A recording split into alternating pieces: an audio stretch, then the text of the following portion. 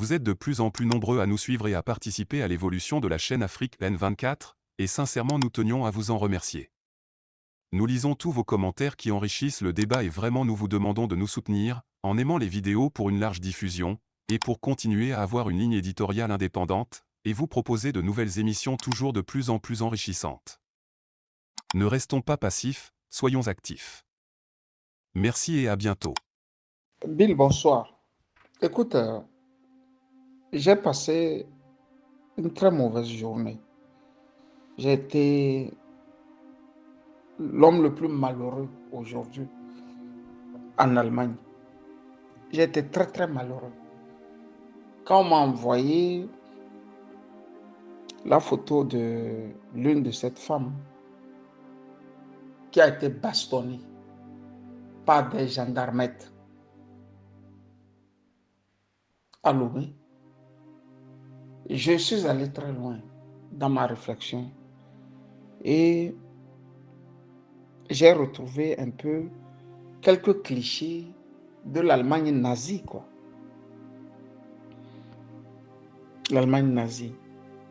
Et c'est cette manière de banaliser la vie a été repris par Hannah Arendt. C'est-à-dire la banalisation de la vie. La vie n'est rien, quoi. J'ai retrouvé les premiers cours en Sciences Po où on devrait vraiment faire des réflexions sur quelques passages d'Hannah Arendt, cette philosophe,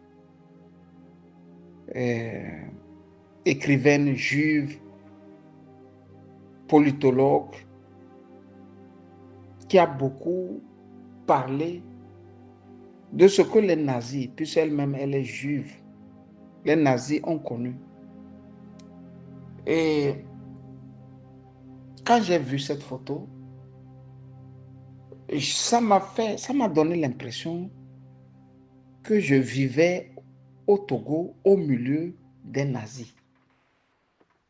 Parce que ce sont les nazis qui ont pu poser de tels actes de mémoire.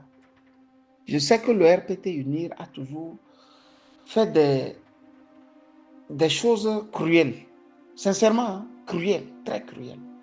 Mais penser, imaginer et concevoir à la fin cette brutalité me rappelle un peu les méthodes nazies. Parfois, j'ai envie de tout laisser en Allemagne et d'approcher tout militaire qui aurait quitté les rangs afin de leur dire, vous savez, tant qu'on n'aura pas pris les devants, ils seront là et ils vont poser les mêmes actes. Ces actes, on les a connus depuis 63 jusqu'à nos jours. Depuis qu'ils ont rectifié Sylvanus Olympio, ils ne se sont plus jamais arrêtés. C'est-à-dire la banalisation de la vie humaine. Ça ne les intéresse pas, la vie humaine. Tu sais, Bill, ce qui me fait moi mal, c'est les mêmes gens qui tuent les enfants des autres. Si tu les vois avec leurs enfants, tu te dis, mais dis donc. Et je te mets cette anecdote pour, écoute, il y a quelques années, je pense courant 2010, il y a une photo de Faure Gnassingbé où, je ne sais pas, il est revenu du boulot et jouait avec sa fille. La photo est tombée dans nos mains et nous avions fait un article. Et en première page, il y avait la photo de Faure et de cette fille-là. Mais Gilbert Bahora m'a appelé himself pour me dire que, sincèrement, il est déçu de moi. Et je mettais l'enfant, la sécurité de l'enfant de Faure Gnassingbé en problème. Je l'ai regardé au téléphone, droit dans les yeux, et je leur ai posé la question. L'enfant de Ford est plus important que toi-même, ton enfant, JB. S'il est plus important que ton enfant, moi, ma fille, là, l'enfant de Ford n'est pas plus important que ma fille. Bill, je te laisse cette anecdote pour te dire que ces gens qui ont la capacité de détruire des vies humaines deviennent glauques quand il s'agit de leurs enfants. Tu te rappelles de Sassou? Quand Edith Sassou est décédée, il pleurait comme un enfant. Il pleurait comme un enfant. L'homme qui pleurait comme un enfant, c'est lui aussi qui a détruit des centaines de vies humaines au beach, là-bas, à Pointe-Noire. Tu vois? C'est-à-dire, je n'arrive pas à les comprendre, quoi. Voilà une femme qu'ils ont molestée, tabassée, humiliée. Mais quand tu le fais d'une manière consentante, c'est-à-dire tu le fais pour qu'elle souffre de ce que toi tu ne veux pas qu'elle soit, cela s'apparente à du nazisme. C'est le fascisme. Un garçon a giflé Emmanuel Macron, non? Ce qui veut dire que si c'était au Togo, Faure Gnassingbé allait ordonner qu'on prenne une scie et tailler ce monsieur en pièces. Donc, Bill, j'ai passé une journée comme ça. Mais pour le combattant que je suis, j'ai toujours dit que dans les luttes, on connaîtra de ces passages. C'est forcé. Je suis de ceux qui pensent que pour faire des omelettes, il faut absolument casser les œufs. C'est dommage que ma soeur, toute nue, doit souffrir pour tout le Togo. Ici, j'ai voulu lui présenter tout mon soutien et lui dire d'être forte. Il y a deux formes de nudité. Il y a la nudité des Sina Lanson, la nudité des Carlita Amorin, la nudité de toutes les poclées de Faure Gnassingbé, qui est une forme de saleté. Parce que ça se couche entre cousines, entre sœurs, entre, je ne sais pas, entre parents. Mais ici, la nudité, c'est une nudité de combat. Elle doit être fière d'elle-même, au-delà de tout le supplice qu'elle a connu. J'ai voulu dire à cette fille que je ne connais pas, à cette femme, de ne pas se recroqueviller sur elle-même. Elle n'a qu'à sortir de son cocon. Et quand elle sera un peu en bonne forme, elle n'a qu'à crier. Peut-être les uns et les autres trouveront le moyen de lui venir en aide, que ce soit psychologiquement, matériellement, financièrement et autres. De ne pas se recroqueviller sur elle-même. C'est les poclés de Faure Gnassingbé, les bordels là de Faure Gnassingbé, qui peuvent se cacher des Togolais. Parce que eux, ou elles, pardon, leur nudité, elles l'exposent pour de l'argent. Mais celle-là, qui on a battu, sa nudité, c'est pour que vive le Togo. Bill, très rapidement, c'était pour dégraisser. J'ai été long. Si tu veux bien que je te réponde sur la sortie de... C'est Marc Nda, tu dis oui. Tu sais, je ne le connais pas. Mais Joseph Takeli m'a dit d'aller les écouter. Et je suis allé les écouter. Franchement, ils font un travail noble. Je ne les connais pas, sincèrement. Train de la liberté, je ne connais pas. Mais j'ai pu apprécier ce qu'ils font. Parce que ici, il faut que nous fassions une chasse comme les hyènes le font. Vous chassez en meute. Et quand vous n'avez pas les moyens que le lion a, vous êtes obligé de sortir nombreux. Et quand vous êtes nombreux comme des hyènes, tu verras une hyène derrière le lion, lui piquer aux oreilles, l'autre lui piquer à la queue, l'autre lui piquer aux pieds, l'autre lui piquer au ventre. C'est comme ça. À force de piquer en désordre le lion, vous remarquerez qu'à un moment, il perd toute cette force et s'écroule. C'est pour ça que je dis aux uns aux autres d'être des habitués de National Geographic. Ça, c'est une émission. Je ne sais pas sur quelle chaîne ça se passe au Togo, mais de nos jours, on peut aller sur YouTube, cliquer National Geographic et aller du côté où les émissions sont sur les animaux. On peut beaucoup s'inspirer pour défaire la dictature togolaise. Nous sommes obligés de chasser en meute comme les hyènes. Donc, ce que Marc Nda fait avec ses petits amis, ses petits compagnons, moi, je peux que lui dire bravo et lui dire de continuer. Sauf que la question que tu m'as posée, me demandant si Marc a bien fait ou fait bien de dire à Tikwi de rejoindre la lutte, si elle est bonne ou pas. Bill, moi, je ne sais pas. Mais je vais être franc avec toi. Nous, on a connu des inondations terribles courant 2020 ici, en Allemagne. Des inondations terribles courant 2020-2021 en Allemagne ici. Je n'ai pas connu, mais j'ai un ami togolais qui avait pratiquement tout perdu.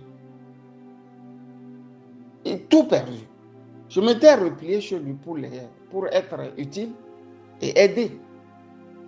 Ce que j'ai remarqué, que beaucoup d'Allemands, de petits Allemands, sont venus nous aider. Mais ces petits Allemands ne vivaient pas dans ce coin. Il y a d'autres qui sont venus de Mayence, Mainz en allemand. D'autres sont venus de Karlsruhe. D'autres sont venus de Bonn. D'autres sont... C'est-à-dire, on n'arrivait pas à comprendre. Tout le monde arrivait, c'est pas, sans être appelé, quoi. Et ce qui m'a surpris le plus, on était en bas quand le monsieur a sonné. Il est venu jusqu'en bas, jusqu'à la cave où on était. Et il nous a salués, nous tous. Il nous a demandé si on veut manger. On dit non, on a déjà mangé. Il dit non, il a de l'eau, des jus, plein dans sa voiture. Il a amené pour nous partager. On dit non, non, non, on a tout ici. Il a retroussé ses manches et nous dit qu'il était en vacances en Italie quand il a appris qu'il y a inondation. Donc, il a dû surseoir ses vacances pour replier. Il n'est pas de la ville. Hein. Il n'est pas de la ville où les inondations sont passées. Il a replié. Et j'ai poussé la curiosité, Bill, pour en savoir un peu plus. Et j'ai remarqué que beaucoup d'Allemands qui étaient en vacances ont replié pour venir porter secours à leurs frères allemands. Tu vois un peu. Bon, ne me dis pas d'aller dans le même sens que Marc. Quand moi je vis dans une civilisation où les gens se lèvent quand il faut se lever pour une cause juste. Eh bien, je pense on était on ne peut plus clair. Si Marc l'invite et il vient et fout le bordel, on fait comment? Mais c'est quand lui-même il va venir qu'il ne va pas foutre le bordel. Parce que quand il vient là, il va demander au Marc où vous en êtes avec la lutte. Les marques qui sont dedans. Puisque Tikpi a disparu de la scène. Il a même fait disparaître ses policiers, ses adjoints. Le PNP a disparu pratiquement de l'arène togolaise. Donc, s'il revient, actuellement, il est à nouveau dans la lutte. Ça, il faut que nous soyons francs. Beaucoup de choses se sont passées au Togo sans lui. Donc, c'est à lui de demander aux marques où vous en êtes, les gars. Voilà. C'est comme moi aussi je pense. Mais un bon politicien, Tikpi est dans le coin et regarde ça de très près. De très près. Si la chose va marcher pour lui, il va venir. S'il sait que ce qu'on va faire, il n'a rien à gagner dedans, vous ne le verrez pas. C'est ça la dinguerie. Je dis, c'est ça la dinguerie de l'homme politique togolais. Ça s'apparente à la malédiction. C'est des gens qui sont maudits. C'est des gens foncièrement mauvais et maudits. Tu vois? Donc, si Marc dit à Tikpi de venir, il vient en tant que qui? En tant qu'homme politique ou bien en tant que combattant? Quand Tikpi avait lancé la révolution, mais nous, on ne nous avait pas invités. Avant même qu'il ne lance la révolution, nous, on a commencé par le suivre. Parce qu'il avait des thèmes justes et des thèmes bons. On ne s'est pas fait prier. On s'est aligné directement derrière lui. Mais si lui ne peut pas s'aligner directement derrière les autres, il y a un problème. Et moi, j'ai toujours dit, il n'y a pas d'homme providentiel. Il n'y a pas d'homme providentiel. Le concours et la présence de tous est souhaité. Mais personne n'est indispensable dans les luttes. Personne n'est indispensable dans les luttes. Mais la présence de tout le monde est souhaitée. Il ne faut pas créer des mythes qui n'existent pas. Ces gens-là, ne faites pas d'eux des mythes. Un homme politique, il est au contact avec son peuple. Il est au contact avec son peuple. Gbagbo était en prison. Le FPI a toujours marché. Il a toujours fonctionné. Bill, le FPI a toujours fonctionné. Il y a les Oreto qui sont morts, il y a les Afingesan qui ont été arrêtés. C'est-à-dire, à chaque poste, il y a premier vice-président, deuxième, troisième, quatrième, cinquième, je pense au FPI, jusqu'à septième. Donc, quand on tue 6 là, pour la présidence, il y a le septième qui est là. Pour la vice-présidence, il y a aussi 7 personnes. Pour la trésorerie, c'est comme ça le FPI a fait de son parti. Mais depuis quand Tikpi n'est plus sur le terrain, qui encore parle du PNP? Ça, c'est le voyeurisme. C'est l'égoïsme à l'état pur. Depuis quand on crée un parti, et quand toi tu n'es pas là, le parti s'arrête. Alors que toi, mais tu es mortel. Tikpi même est mortel. Ce qui veut dire que quand il revient là, le parti reprend. Mais là, Marc fait une erreur. Ce qu'il fait déjà là est important. Très bon. Il n'y a pas d'homme providentiel. Marc peut lui-même se dire que bon, moi aussi je veux devenir président. Parce que les Ibrahima Traoré nous ont prouvé que tout homme peut être président. Pourvu que tu es animé d'un bon sens et d'un patriotisme poussé. Il faut être animé d'un bon sens et d'un patriotisme poussé. Le reste là, c'est le boribana. Il ne faut pas créer des mythes là où ils n'existent pas. Au demeurant, ce que Madame Nyakade est en train de faire là, ça s'appelle quoi? Mais on peut pousser jusqu'à ce que Madame Nyakade aussi devienne présidente. C'est comme ça. Celui qui s'est battu pour la chose l'appartient. C'est Damiba qui nous a appris ça. Celui qui s'est battu pour la chose l'appartient désormais. Vous pensez que c'est quoi? Mais si Madame Nyakade veut devenir présidente, moi je vais la soutenir. Parce que c'est elle qui est sur le terrain maintenant, je vois. Si Amron veut devenir président, je vais soutenir Amron.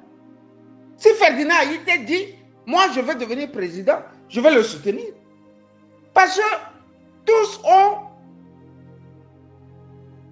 les mains dans le cambouis. Tout le monde met actuellement les mains dans le cambouis.